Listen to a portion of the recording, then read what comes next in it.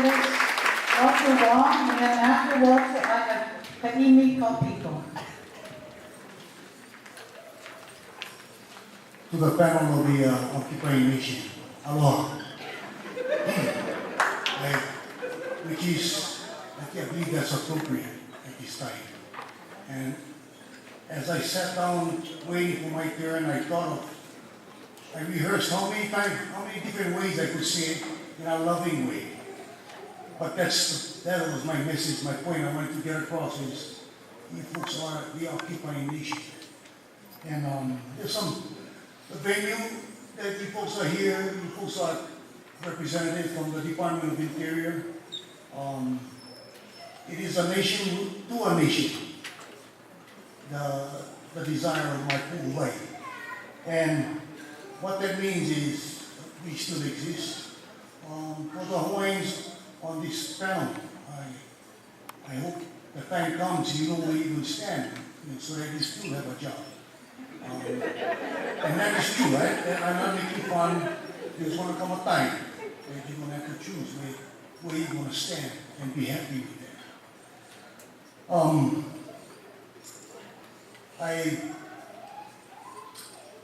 I think what is appropriate, because you folks are from the Department of Interior, is you might want to make plans to relinquish all the treasures of Hawaii in your jurisdiction illegally, the national parks. That all needs to be turned over to our Hawaiian kingdom. That is going to be a big part of the process of how things get funded. So take that back in your planning. Prepare for the Volcano National Park to become part of the kingdom. All these beautiful treasures of ours, those things you folks can address and make plans for them.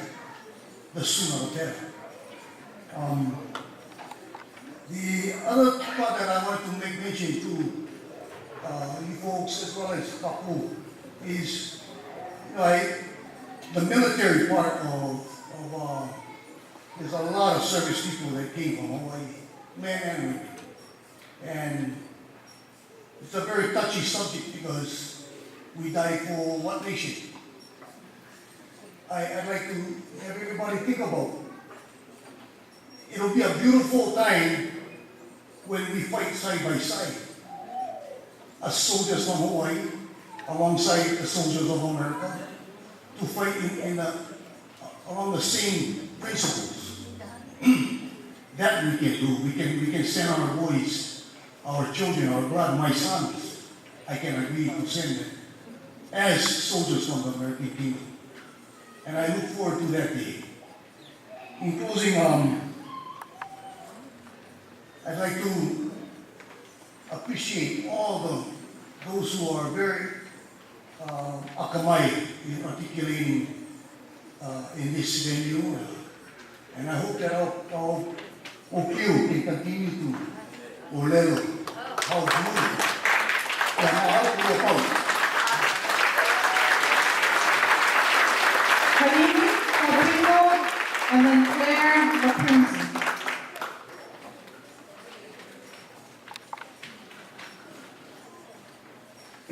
Aloha mai kako. Aloha. All of you here. Mahalo for letting me come and share my mana'o. I'm from Italy, and I brought some of my students tonight just so that I can show them what is going on as things are happening. And regarding this whole thing, I feel in my heart, there's a lot of unanswered questions, and I cannot at this time be so on board, but I believe that it is the time of our people right now in regards to what's going on. And everybody, the conversation, the table, or whatever the lahui is going to do is happening in this momentum. And in our community, we believe that we practice our kuleana every day. Lucky I grew up in that community because it teaches me a lot about who I am, and I wanted to continue to encourage all of you guys tonight to start asking those questions regarding what is the truth. And we all know the truth. The truth is what it is. Yeah? Our people are illegally occupied. Yeah? And I realize if we're gonna move forward, we gotta move forward together. And I don't know where we're at right now, but I believe that in our efforts we all trying to do the most we can do in our communities. And I just applaud everybody for saying what they have to say. We're going to continue to be strong in our culture and our traditions, and we're going to fight for what we believe is right, and we're going to decide what is our future. That is the truth. I believe it. That's the main thing. If I believe it, you all going to believe what we're going to do, right? So I just thank you guys for giving me this opportunity to share my manao. One of our kids will come up and talk to where they're coming from. My dad's here, taught me a lot about our culture, taught me about what it is to be Hawaiian, and mahalo to you guys. Most of you guys here are Ohana, and that's what it is. So I wanted to shout out for that. Mahalo. After Clayton, I have Claire Prinzi. I apologize if I said it wrong. And then after Claire is Kaliko Chan.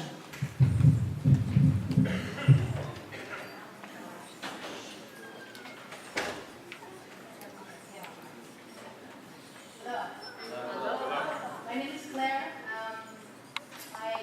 My ancestry, actually, most of it comes from Sicilia, from Sicily. We are fighting people.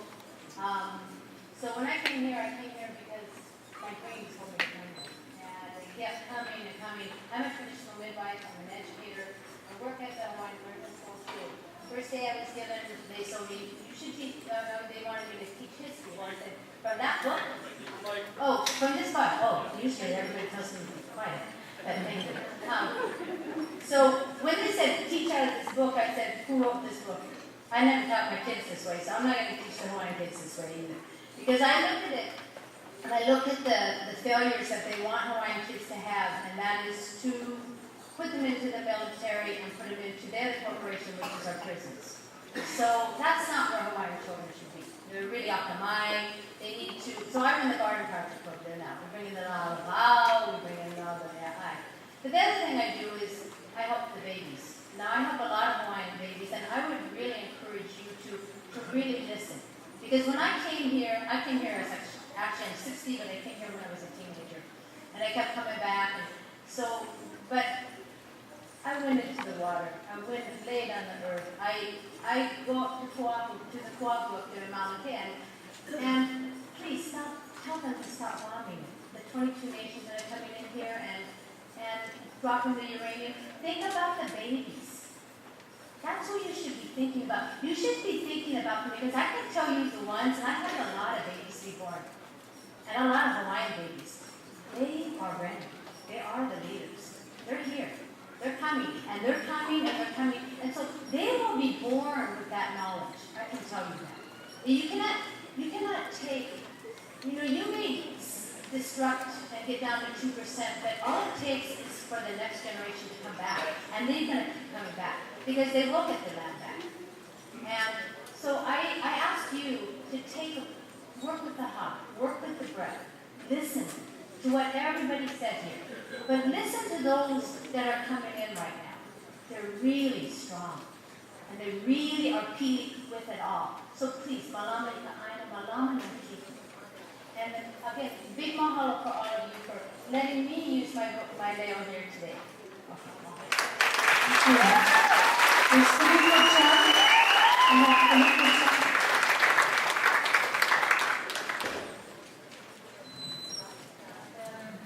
Katrina Morgan.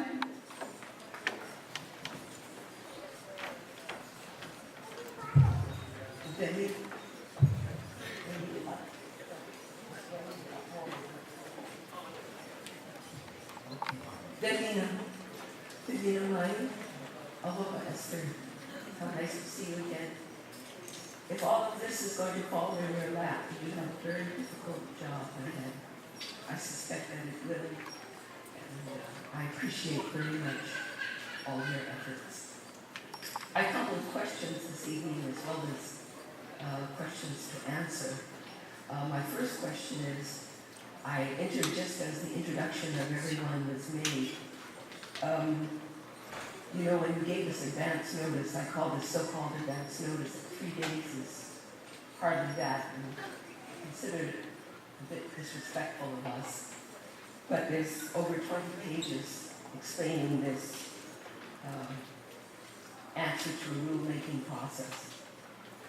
Now, I think that should also include in this summary that you send out the role of each of you to this process.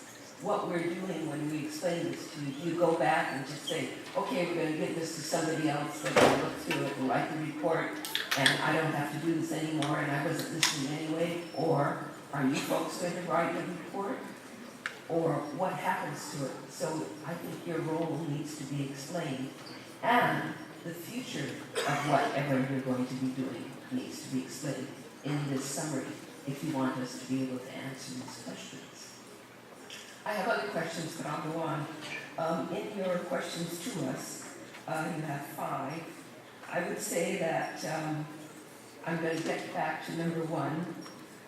2 and 3 and 4 should be left to us. 5, why would the Secretary incorporate features for us? Again, that would be us that we would decide. To my next batch of questions to you, what has happened? You're here to ask us what rulemaking. Well, I'm asking you what happened to the Malcolm McKay report that was done in 1999 and 2000.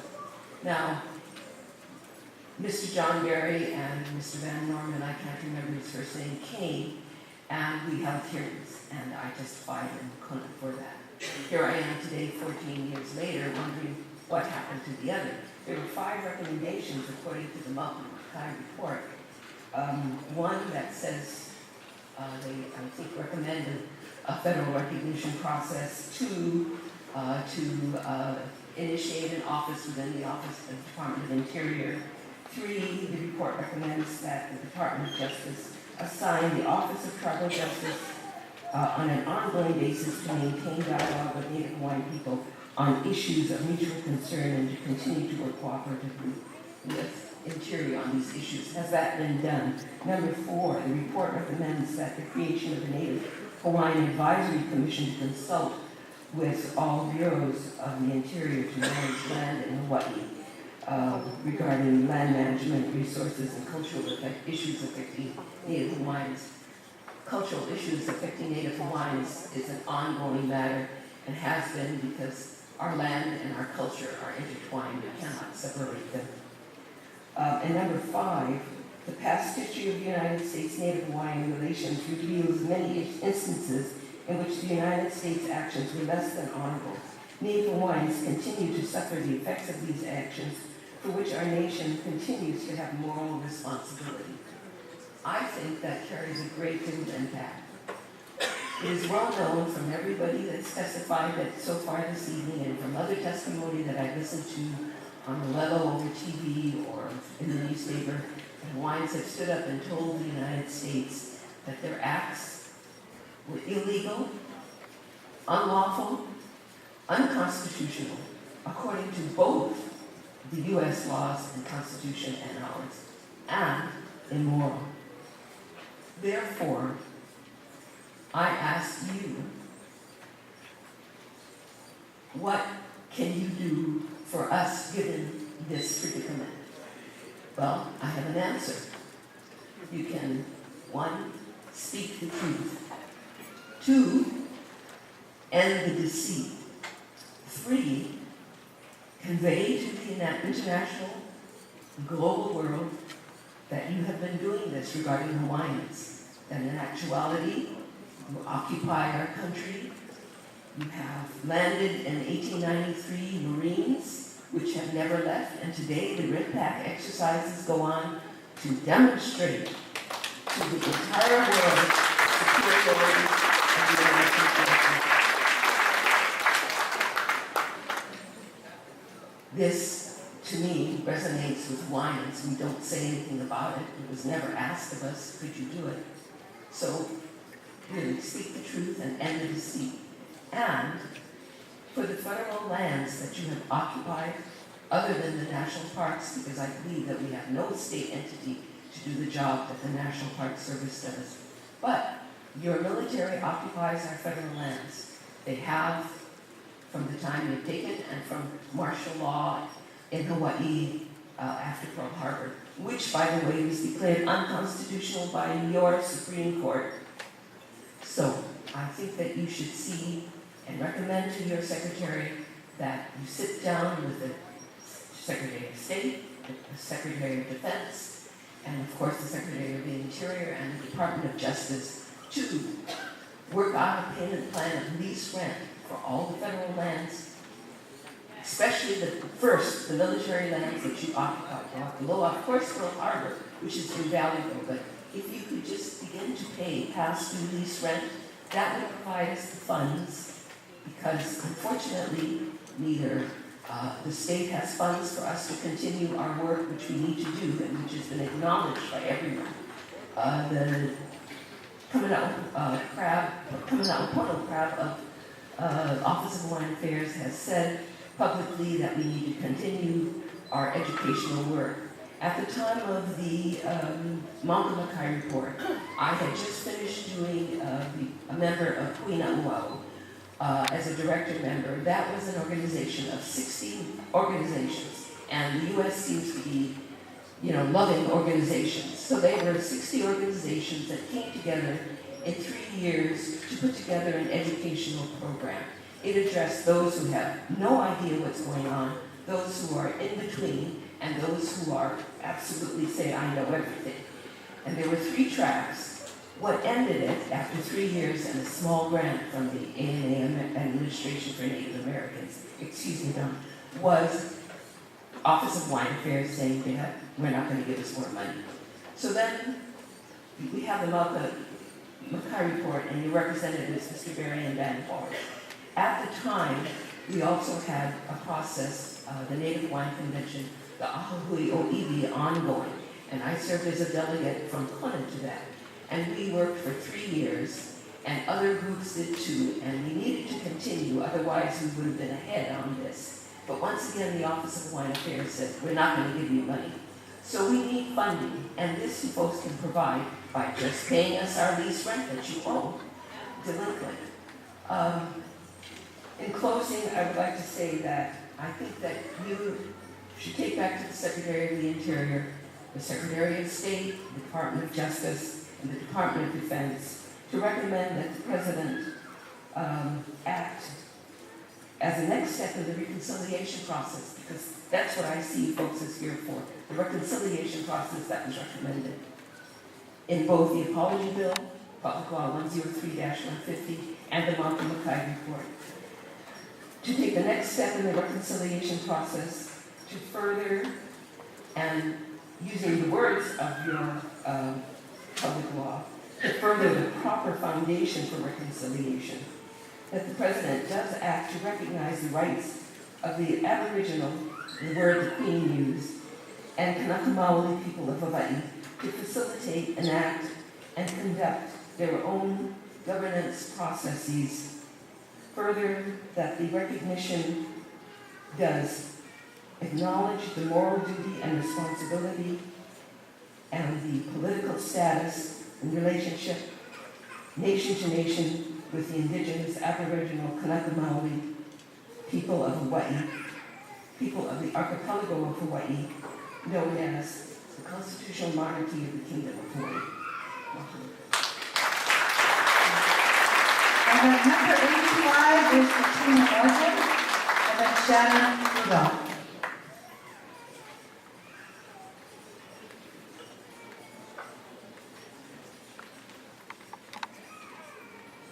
Hey, mahalo again for coming here to listen to us. We really were waiting for President Obama to come here because there is such a big problem of the fake state of Hawaii and all the people in poverty. And now there's a brand new law I just saw, Oahu no longer can lay down on the sidewalk or sleep on the sidewalk and get scraped up. But it just happens that one thing in the 1841 law book of King Kamehameha I, Kanawai Mamlahoi, all men, women, and children are allowed, especially only allowed, to rest by the side of the road and not be bothered.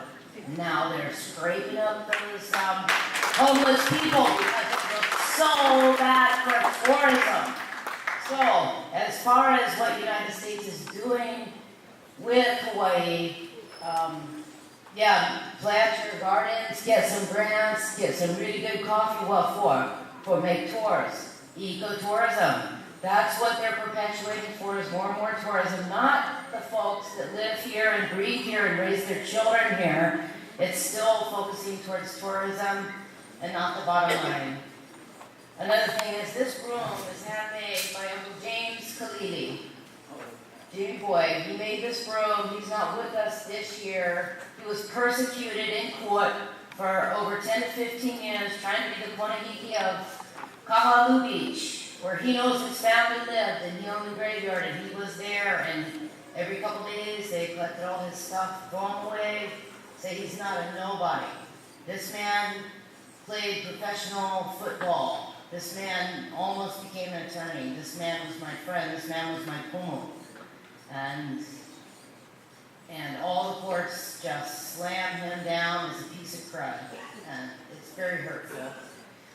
But, yeah, getting back to your questions, no, that nobody's going to turn Hawaiians into a tribal organization. The only option here is restoration of kingdomhood. Thank you. Thank you, Christine. I have now Shannon Rudolph, and after Shannon, Carolyn Machado.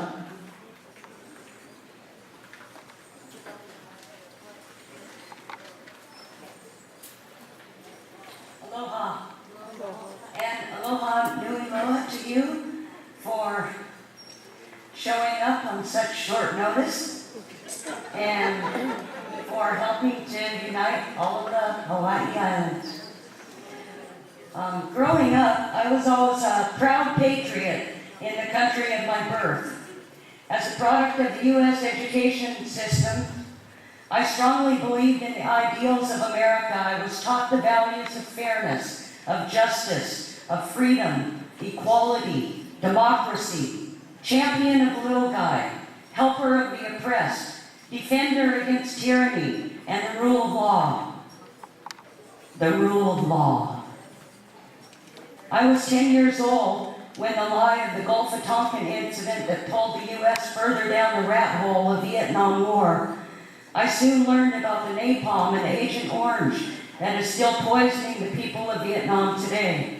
I learned about our atrocities in the South Pacific, poisoning the people and the land with nuclear fallout into the future. And now it continues. The bombing of the heart of our island, the contamination of Hawaii, the toxic pesticides, the depleted uranium, and the lead. The more I learned about my beloved country, what my beloved country was doing in so many other parts of the world, the more disillusioned I became. Was everything I learned a lie? I was taught the landing at Plymouth Rock was one big Thanksgiving party. And it was until much later that I learned about the theft and the genocide and the blankets of smallpox. I was taught nothing about the illegal theft of Hawaii. I only knew of sandy beaches and hula girls. But now I know the truth, and I can't unknow it. We all know it now. We all know it should be John Kerry sitting up there. The rule of law. I don't know how the Kanaka Maoli are going to work this out, but I do know when you steal from someone, an apology is not enough. You must give back what you stole, and every Kanaka I've known in the past 30 years feels exactly the same way.